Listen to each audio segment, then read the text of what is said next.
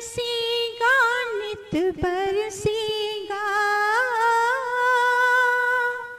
बरसेगा नित बरसेगा, तुम करो प्रभु से प्यार अमृत बरसेगा। तुम करो प्रभु से प्यार अमृत बरसेगा।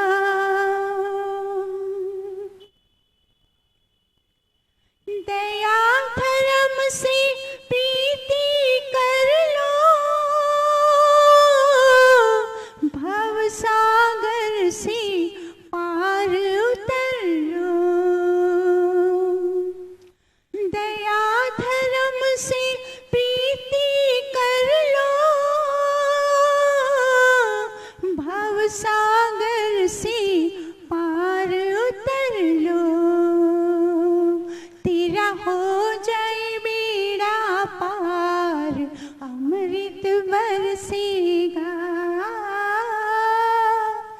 तेरा हो जाए बेड़ा पार अमृत बरसेगा। तुम करो प्रभु से प्यार अमृत बरसेगा।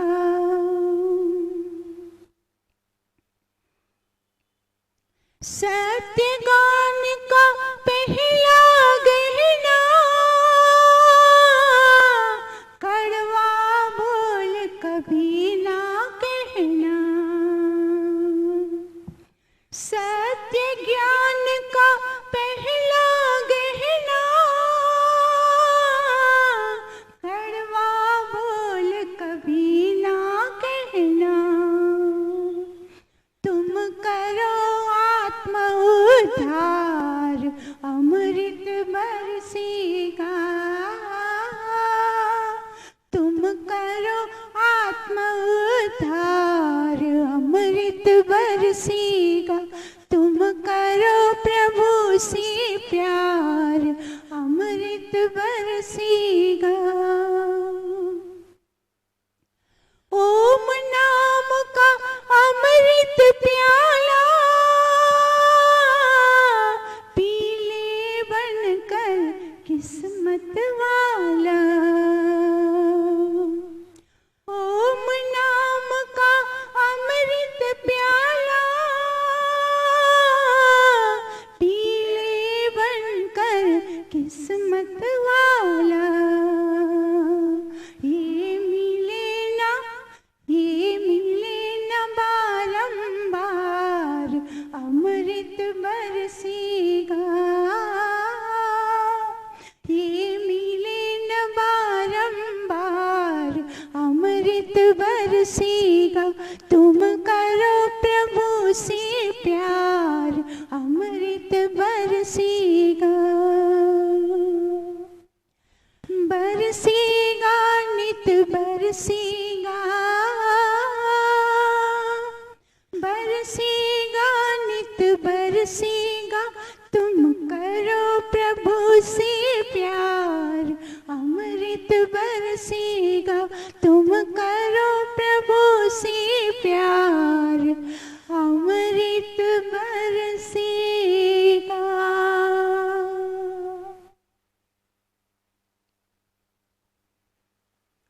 परमपिता परमेश्वर की इस चमत्कारिक सृष्टि में, इस अद्भुत सृष्टि में चारों ओर से ईश्वर की दिव्य शक्तियों का अमृत बरस रहा है।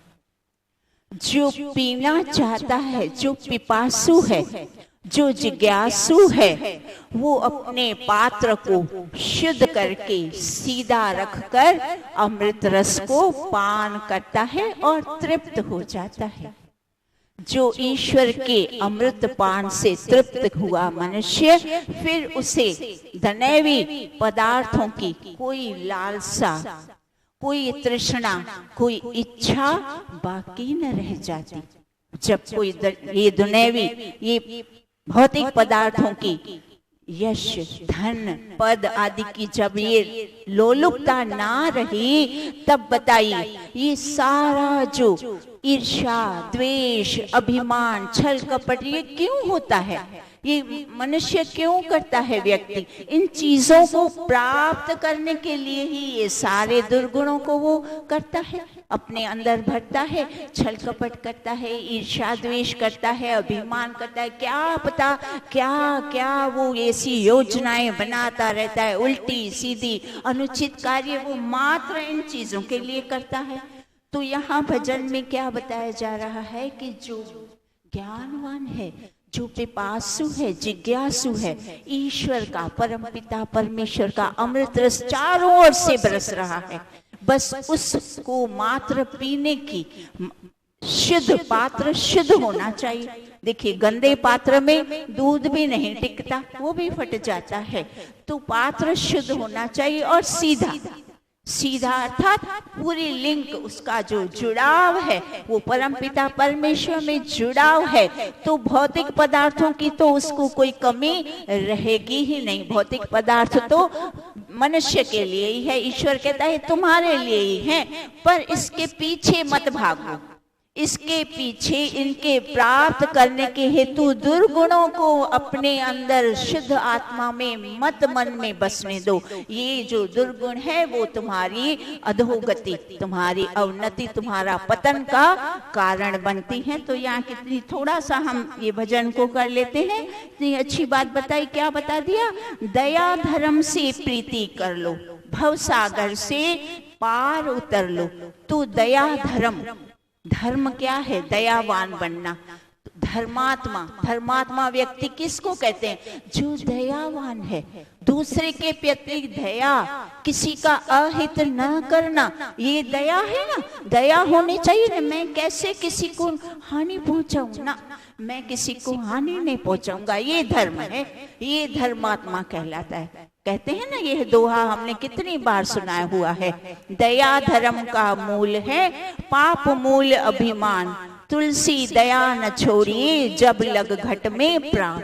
जब तक इस शरीर में प्राण है दया नहीं छोड़नी, दया छोड़ दी तो समझो सब कुछ गया। दया धर्म का मूल, तो दयावान बनना। तो यहाँ क्या बता दिया? जो दयावान है वो धर्म से प्रीति करता है, वो दयावान है, और जो दयावान है वो क्या करता है? भवसागर से पार हो जाता है। भवसागर से पार उतरने का कितना सरल ये मंत्र ही तो है, ये छोटा सा मंत्र है। दयावान बनना, कठोर बनना, संवेदनहीन बनना, विवेकहीन बनना, जरा विवेक नहीं। तो विवेक तो होना चाहिए ना, किस समय कहाँ कब क्या बात करनी, इतना भी विवेक नहीं। विवेक भी होना अति आवश्यक है। भवसागर ऐसे ही पार नहीं हो जाता, अग्नि सागर इसको कहा।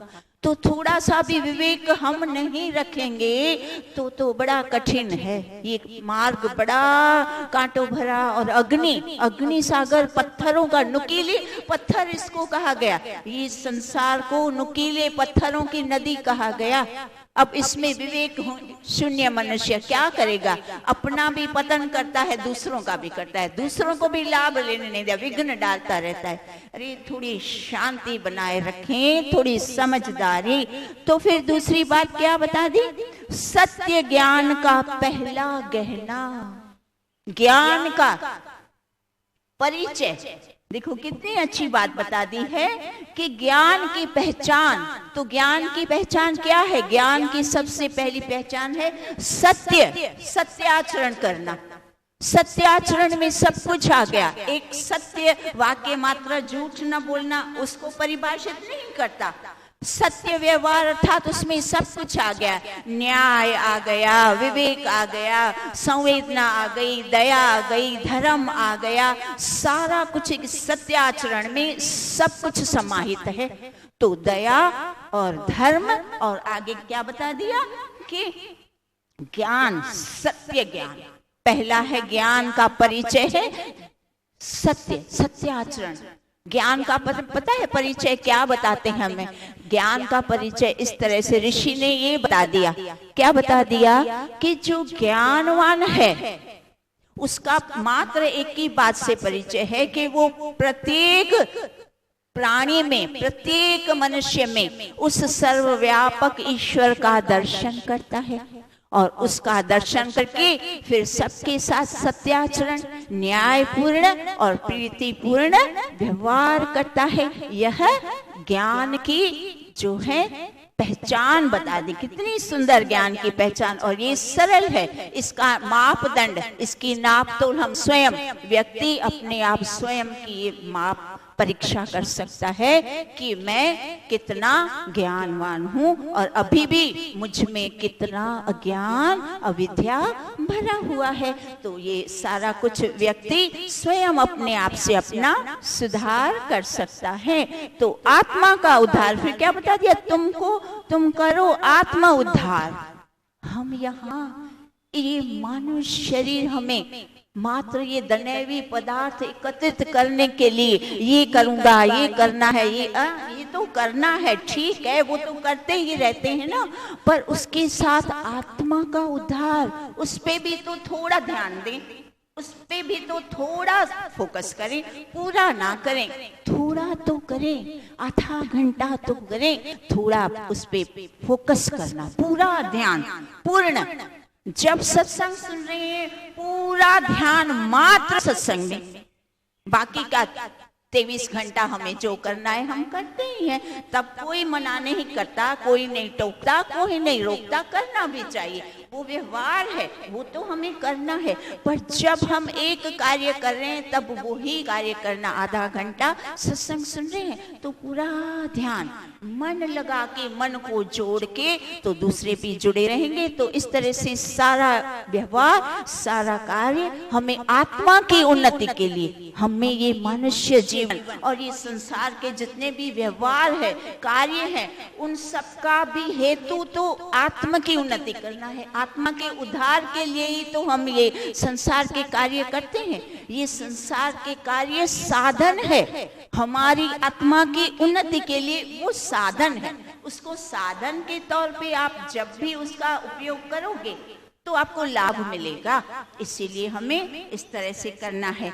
और अब हम काफी समय से जो अथर्ववेद का सूक्त कर रहे हैं, बहुत ही सुंदर सूक्त, वो क्या है, गृहस्थ आश्रम में, घर परिवार में प्रत्येक सदस्य आपस में एक दूसरे के साथ कैसा व्यवहार करे, वो इस सारे 6 सूक्त, एक सूक्त में 6 मंत्र हैं, तो 6 के 6 मंत्र में बड़ी सुंदरता से बहुत अच्छी तरह से बताया गया है। ईश्वर बताता है कि हमें क्या करना है। तो हम 5वें मंत्र तक पहुंचे हैं। 5वें मंत्र का हमने कुछ अंश कल कर लिया था, बाकी का हम आज उसको अच्छी तरह से पूरा कर सकते हैं। तो मंत्र है अथर्ववेद, तीसरा कांड और तीसरा सूक्त, मंत्र संख्या 5। ओम जायस्वन्तश्चित्तिनो मावियोष्ट संराधयन्तः सदुराश्चरन्तः अन्यो अन्यस्मै वल्गु वदन्त एत सघ्रचिनान् वह सम्मनस्सः प्रणोमि।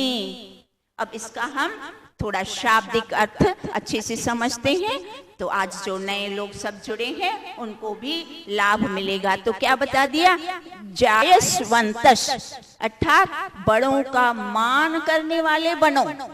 फिर क्या बता दिया, चित्तिनो उत्तम चित्त वाले बनो। फिर क्या बता दिया, मावियोष्ट तुम लोग अलग अलग ना हो, वो परिवार से अलग अलग ना हो, वो एक ही परिवार में सब एक साथ मिलकर रहो, अलग अलग ना हो वो।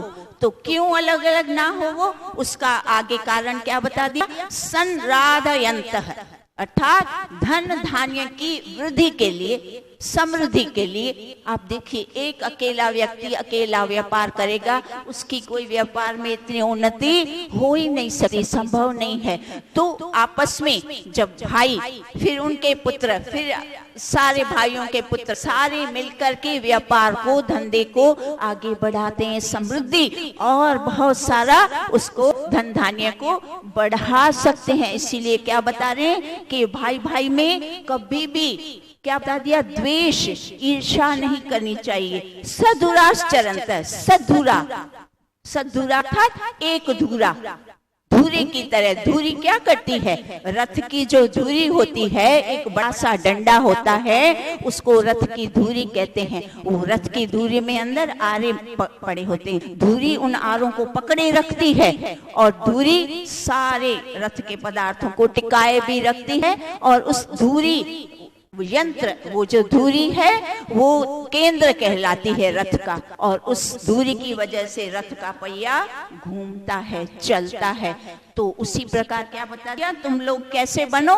क्या बोला कि तुम एक धुरा होकर चलो, अर्थात सधुरा, आपस में सब एक धुरा, धुरे की तरह। जैसे धुरी सबको बांधे रखती है और रथ को चलाती है, वैसे ही तुम लोग आपस में सारे सदस्य एक दूसरे से प्रेम पूर्ण आपस में एक दूसरे को जोड़ के रखो, संयुक्त रहो, प्रेम पूर्ण संगठित होकर रहो, और तभी आपके गृहस्थ की जो गाड़ी है वो आगे चलेगी, वरना गृहस्थ की गाड़ी चल नहीं पाएगी। जहाँ स्वार्थ है, जहाँ त्याग नहीं है, वहाँ आप देखिए परिवार अलग अलग हो जाता है, और कहीं पे भी ना इधर सुख होता है ना उधर सुख, तो हर जगह विनाश और पतन होता है। इसका सुंदर दृष्टांत हम सबके समक्ष है। कितनी अच्छी बात बता दी है ये महाभारत हमारे इतिहास में। धृतराष्ट्र ने अपने भाइयों के बेटों के साथ क्या किया? द्वेष किया ना, राजगद्दी के मोह में लालच में आकर उनके साथ अन्याय किया, उनके हक छीना।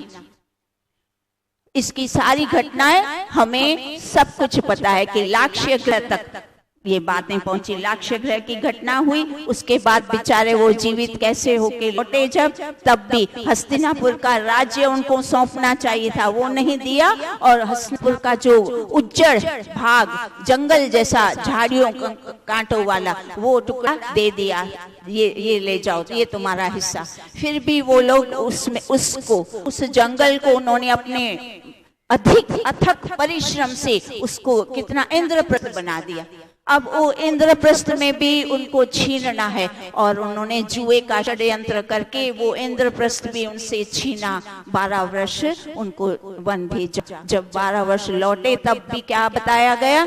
एक सुई की नोक भी नहीं मिलेगी। और उसका परिणाम क्या आया हम सबको पता है। ये महाभारत का युद्ध क्यों हुआ? हक छीनना, भाई का हक छीनना, या किसी का भी हक नहीं छीनना। हक छीनेंगे तो कलह, कलेश, झगड़े अवश्य होंगे।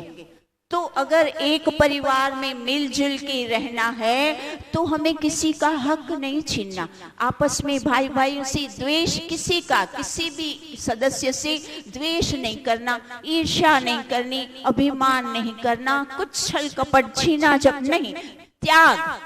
देखो हमें क्या सिखाते हैं ये, हम जो धर्म से जुड़ने की बातें करते हैं, पूरा परिवार जब मिलकर हवन यज्ञ करता है तो हवन यज्ञ में हम प्रत्येक मंत्र के अंत में हम क्या बोलते हैं? इदन्न मम, ये मेरा कुछ भी नहीं है, हे प्रभु, हे परमपिता परमेश्वर, सब कुछ तेरा है। जब ये त्याग भावना प्रत्येक सदस्य सीखता है, और स्वाहा, स्वाहा में भी क्या है? यही सिखाया जाता है कि ये जितने भी पदार्थ हैं, भौतिक पदार्थ हैं, कितने भी उत्तम से उत्तम जो पदार्थ हैं, उसका मुझे त्याग करना है, उसका त्याग करो। ये अच्छी चीज आप लीजिए, आप खाइए, आप पहने, आप ऐसा करेंगे, सामने वाला भाई बोलेगा हाँ जी आप लीजिए, आप खाइए, तो फिर क्या होगा? परस्पर, तो परस्पर प्रेम बना रहेगा। इसीलिए हमें क्या सिखाया जा रहा है कि परस्पर प्रेम करना जब सीखेंगे सदस्य, तब परिवार, संयुक्त परिवार तब संभव है, वरना परिवार तितर बितर, परिवार को टूटने में स्वार्थ है, प्रेम नहीं है, लालच है, ऐसे सब हैं, तो फिर परिवार को टूटने में जरा देर नहीं लगती। आज चारों ओर हम ये सब देख ही रहे हैं। तो आगे क्या बता दिया दूसरी पंक्ति में? अन्यो अन्यस्मयी, अर्थात एक दूसरे के साथ परस्पर। ऐसा नहीं कि एक व्यक्ति तो बड़ा त्यागी है, तपस्वी है बेचारा, हर बात में ठीक है कोई बात नहीं, अच्छा है, और दूसरा व्यक्ति हर बात में स्वार्थी, तो तब भी आप देखना वहां भी संबंध अधिक लंबा नहीं टिक पाएगा।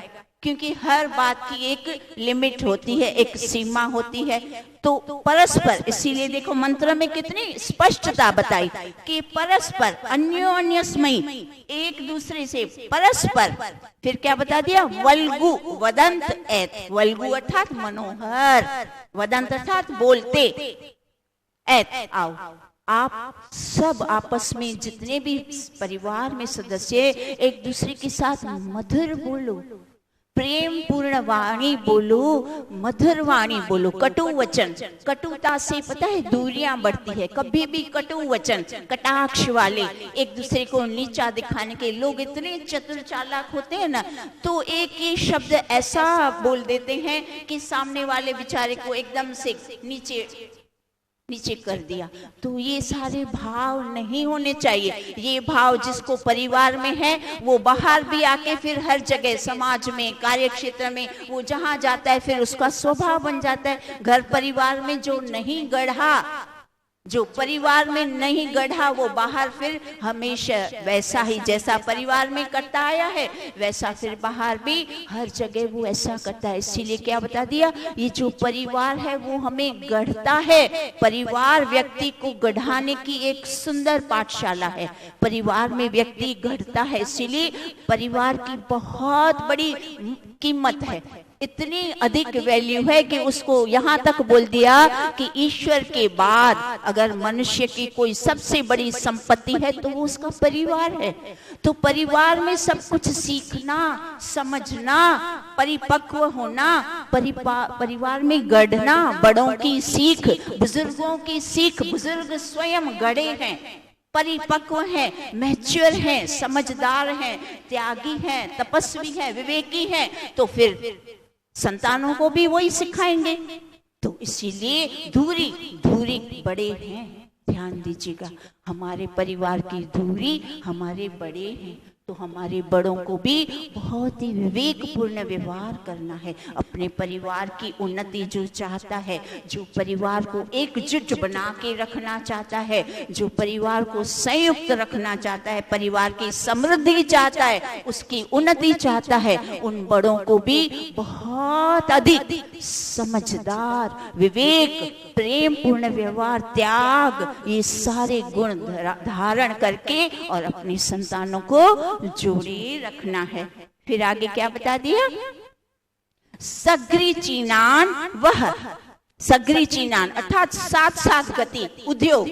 अब कुछ लोग पता है क्या कहते हैं? हमारा खान पान तो एक है, साथ ही खाते हैं, पर हमारा खान पान अलग है, हमारा व्यापार एक साथ है।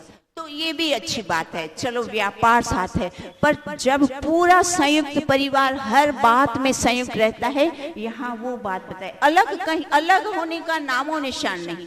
अलग होना यहाँ अनुचित बात कही गई है। हमारा वेद हमें कहता है अनुचित बात, अशुभ बात, निंदनीय है। अलग होना परिवार से निंदनीय कहा गया। परिवार से अलग नहीं होना, ना भोजन भी अलग नहीं बनाना, व्यापार भी अलग नहीं करना, अपने माता पिता को, अपने भाई बहनों को कभी पराया नहीं बनाना, वो हमारे हैं। जब अपनों को ही हम पराया बना देते हैं तो आप सोचो वो लोग परायों के साथ क्या व्यवहार करेंगे। पराये तो उनके लिए और शत्रु जैसे लगेंगे।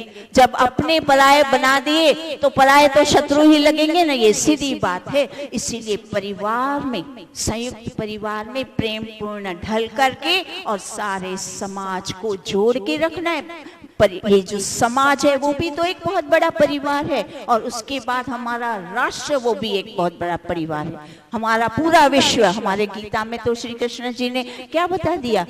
वसुधैव कुटुंबकम, ये पूरा विश्व हमारा एक बहुत बड़ा कुटुंब है, परिवार है। तो पूरे परिवार को विश्वमार्य हम कैसे बनाएंगे? त्याग नहीं होगा, तपस्या नहीं होगी, प्रेम नहीं होगा, एक दूसरे को ऊपर उठाने की, उन्नत करने की भावना नहीं होगी, सहयोग की भावना नहीं होगी, कुछ भाव होगा ही नहीं, और ऐसे ही विश्वमार्यम बन जाएगा, ऐसे ही एक कुटुंब बन जाएगा। एक कुटुंब बनाने के लिए हमें त्याग और तपस्या, जबरदस्त सहन शक्ति, एक दूसरे को सहन करो, छोटी छोटी बातें सहन करनी चाहिए।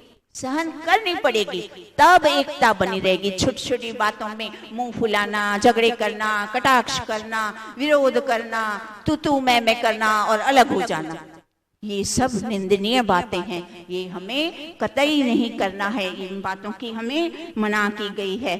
तो और फिर आगे क्या बता दिया, वह सम्मनस्य कृणोमि, ईश्वर कहता है वह अर्थात तुमको सम्मनस्य एक मन वाला, कृणोमि मैं करता हूँ। ईश्वर कहता है ये मेरा आदेश है, मैं तुम्हें बोलता हूँ कि तुम एक बनो, परिवार में भी एक बन के रहो, समाज में एक बन के रहो, राष्ट्र में एक बन के रहो और पूरे विश्व में एक बन के रहो, अलग अलग ना हो। इसका एक सुंदर दृष्टांत है, एक सूत्र है छोटा सा जिसको हम समझ लेते हैं।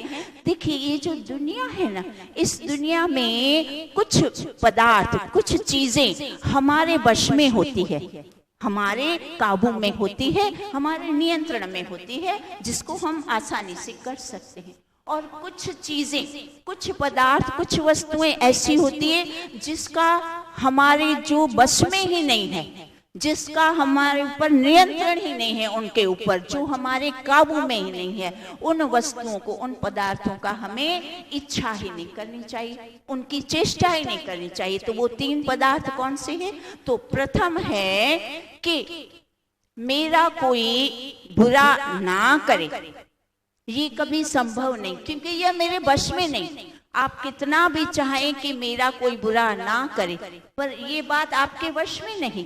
सामने वाला कुछ भी कर सकता है, उसके संस्कार है, उसका स्तर है, उसके अपने स्वभाव है, तो वो आपका कितना भी बुरा कर सकता है, इसमें आपका नियंत्रण नहीं है, आपका इसमें बस नहीं चलेगा। पर आप किसी का बुरा मत करो, नहीं करो, ये आपके बस में है। तो कितनी सुंदर अच्छी बात बता दी। प्रथम बात क्या बता दी? दूसरा कोई भी आपका कितना भी बुरा कर सकता है, वो आपके वश में नहीं है। पर मैं कभी किसी का बुरा ना करूं, मैं कभी किसी का बुरा नहीं करूंगा, ये मैं दृढ़ संकल्प कर लूं। मैं इस छोटे से सुंदर अमूलक जीवन में क्यों किसी का बुरा करूं? मैं यहाँ क्या बुरा करने के लिए आया हूँ? नहीं, दृढ़ संकल्प करें कि मैं कभी किसी का बुरा नहीं करूंगा, ये मेरे वश में है, पूरा नियंत्रण। मुझे इस बात से कोई रोक नहीं सकता, कोई भी रोक नहीं सकता कि तू किसी का बुरा मत कर। कितना सरल है ना। फिर दूसरी क्या बात है कि मेरे लिए कोई बुरा ना बोले। अब यह भी हमारे वश में नहीं है। आप लाख अच्छे बन जाओ, लाख अच्छाइयां हैं आपके पास, पर फिर भी कहीं से कोई ना कोई कुछ ना कुछ अवश्य बोलेगा, क्योंकि उस पे आपका कोई वश नहीं है, आपका उसमें कोई नियंत्रण नहीं है, आप उस पे काबू नहीं रख सकते। आपका काबू किसमें है? आपका एक बात पे काबू है, क्या? मैं किसी का बुरा नहीं बोलूंगा, मैं किसी का भी बुरा नहीं बोलूंगा, यह दृढ़ संकल्प। मेरा कोई कितना भी बुरा बोले, मैं किसी का बुरा नहीं बोलूंगा। और तीसरी बात कि आप देखिए आज हर कोई किसी के साथ अनुकूल नहीं होता। परिवार में ही देखिए, पति पत्नी के साथ अनुकूल कहाँ हो पाती है? पति पत्नी के साथ अनुकूल नहीं होती, भाई भाई स्वार्थवश वो अनुकूल नहीं होते, तो फिर अनुकूल होना बड़ा कठिन है। इस पे भी हमारा बस नहीं है। तो हम अगर ये सोचें कि सब हमारे अनुकूल हो जाएं, ये तो हमारे बस में नहीं, ये हो नहीं सकता, ये संभव ही नहीं है इस दुनिया में कि मेरे अनुकूल सब हो जाए। तो हमारे वश में क्या है? मैं किसी के प्रतिकूल नहीं बनूंगा, हाँ ये मेरे वश में है। चाहे कुछ हो जाए, मैं किसी का बाधक नहीं बनूंगा, मैं जितना मुझसे बन पड़ेगा मैं सहयोग दूंगा, सहायक बनूंगा, बाधक नहीं बनूंगा। तो ये 3 सूत्र कितना अच्छे हैं। आपको समाज में भी ये 3 सूत्र जोड़े रखते हैं, आपको राष्ट्र में भी जोड़े रखते हैं, आपका परिवार में भी संयुक्त। अगर ये 3 बातें आपके अंदर है तो कितनी बढ़िया सूत्र बता दे। ये 3 सूत्रों को हम रट लेंगे और इसका एक छोटा सा दृष्टांत 2 मिनट में, इसी जो ये सिद्धांत है ना, इन सूत्रों का एक सटीक उदाहरण है। अब एकदम सीधा सीधा स्पष्ट उदाहरण, इससे आप समझ जाओगे, क्योंकि आपको लगेगा अच्छा ये कैसे हो सकता है, मेरा सब बुरा करे और मैं अच्छाई करूं, मेरे लिए बुरा बोले और मैं अच्छाई बोलूं, मेरे सब प्रतिकूल और मैं उनके प्रतिकूल ना बनूं, ये कठिन तो है ना। पर कठिन है, उसका मैं उपाय बता देती हूँ इस उदाहरण से। तो एक माता अपने बालक को हाथ में लड्डू देकर और बाहर बरामदे में बिठाते हैं ना, बाहर बरामदे में बिठाकर, और अंदर बेचारी वो अपने घर के कार्य निपटाने अंदर चली गई। इतने में कौवा आया और उसने क्या किया, बालक के हाथ से लड्डू ले लिया। बच्चा बालक जोर जोर से रोने लगा। माता ने बालक के रोने की आवाज सुनी, भागती हुई दौड़ती हुई आई बाहर, देखा सामने कौवे के चोंच में लड्डू, वो सारी बात समझ गई और उसने क्या किया, बालक को तुरंत गोद में उठाया, बहुत सारा प्यार किया और अंदर ले गई। अंदर डब्बे में जो लड्डू भरे पड़े, लड्डू का डब्बा था, उसमें से 2 लड्डू निकाले, 2 लड्डू दोनों हाथ में बालक को दे दिए। 2 इसलिए दिए क्योंकि जो छीना, कौवे ने छीना तो बच्चा एकदम डर गया, सहम गया था। तो उसको नॉर्मल करने के लिए, उसको शांत करने के लिए, प्रसन्न करने के लिए माता ने क्या किया, 2 लड्डू ले लिए, ताकि वो उस दुख को भूल जाए और वापस अपने प्रसन्नता में आ जाए। तो ये दृष्टांत हमें क्या सिखाता है, हम चाहे किसी, कोई भी हमारा कितना भी बुरा क्यों ना करे, पर हमें किसी का बुरा पता है क्यों नहीं करना। हमें यह दृढ़ निश्चय होना चाहिए कि जो हमारा ईश्वर, माता स्वरूप हमारी जो ईश्वर अंतर्यामी, वो हमारी सारी बातों से परिचित है, उसको सब पता है, इसीलिए वो फिर हमारी सारी भरपाई कर देता है। किसने छीना झपटी की, किसने आपको दुख दिया, किसने अकारण पक्षपात किया, किसने क्या किया, वो सब कुछ अंतर्यामी वो देख रहा है, तो वो सारी भरपाई आपकी ईश्वर कर देगा। इसीलिए हमें किसी के बदले की भावना नहीं रखने की, इसने बुरा किया तो मैं भी बुरा करूं ना। ईश्वर ने ये इतना सुंदर व्यवस्था बना के रखी है कि अगर हमने कहीं पे भी कुछ भी अच्छाई करी है ना, तो उस अच्छाई का रिटर्न, जो भरपाई, अगर वो व्यक्ति जिसके साथ आपने अच्छाई करी, अगर उसने आपके साथ बदले में अच्छाई नहीं की, कोई बात नहीं, पर अन्य कहीं से कोई भी निमित्त बनकर आपको वो अच्छाई रिटर्न वापस दे देगा और भर भर के दे देगा। तो आपका जो किया हुआ शुभ कर्म, आपकी सेवा, आपकी अच्छाई कभी निष्फल नहीं जाएगी, कभी व्यर्थ नहीं जाएगी, कभी बेकार न जाएगी। न परिवार में, न समाज में, न राष्ट्र में, कहीं पे भी आपका अच्छा किया हुआ कर्म कहीं न कहीं से लौट के और डबल ट्रिपल ढेर सारा बढ़ के आपके पास अवश्य आएगा। बस जब ये बात याद रहती है, तब हम बदले की भावना नहीं रखते और मात्र सबके साथ अच्छा करना, प्रेम करना, सत्य व्यवहार, न्यायपूर्ण व्यवहार हम कर पाएंगे। अब हमारा समय हो गया, आगे का हम अगली कक्षा में करते हैं।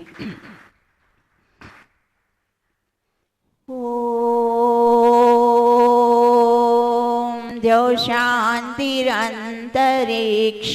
शान्ति पृथिवी शान्ति रापः शान्ति रोषधयः शान्ति वनस्पतयः शान्ति विश्वे देवा शान्ति ब्रह्म शान्ति सर्वं शान्ति शान्तिरेव शान्ति सामा शान्तिरेति।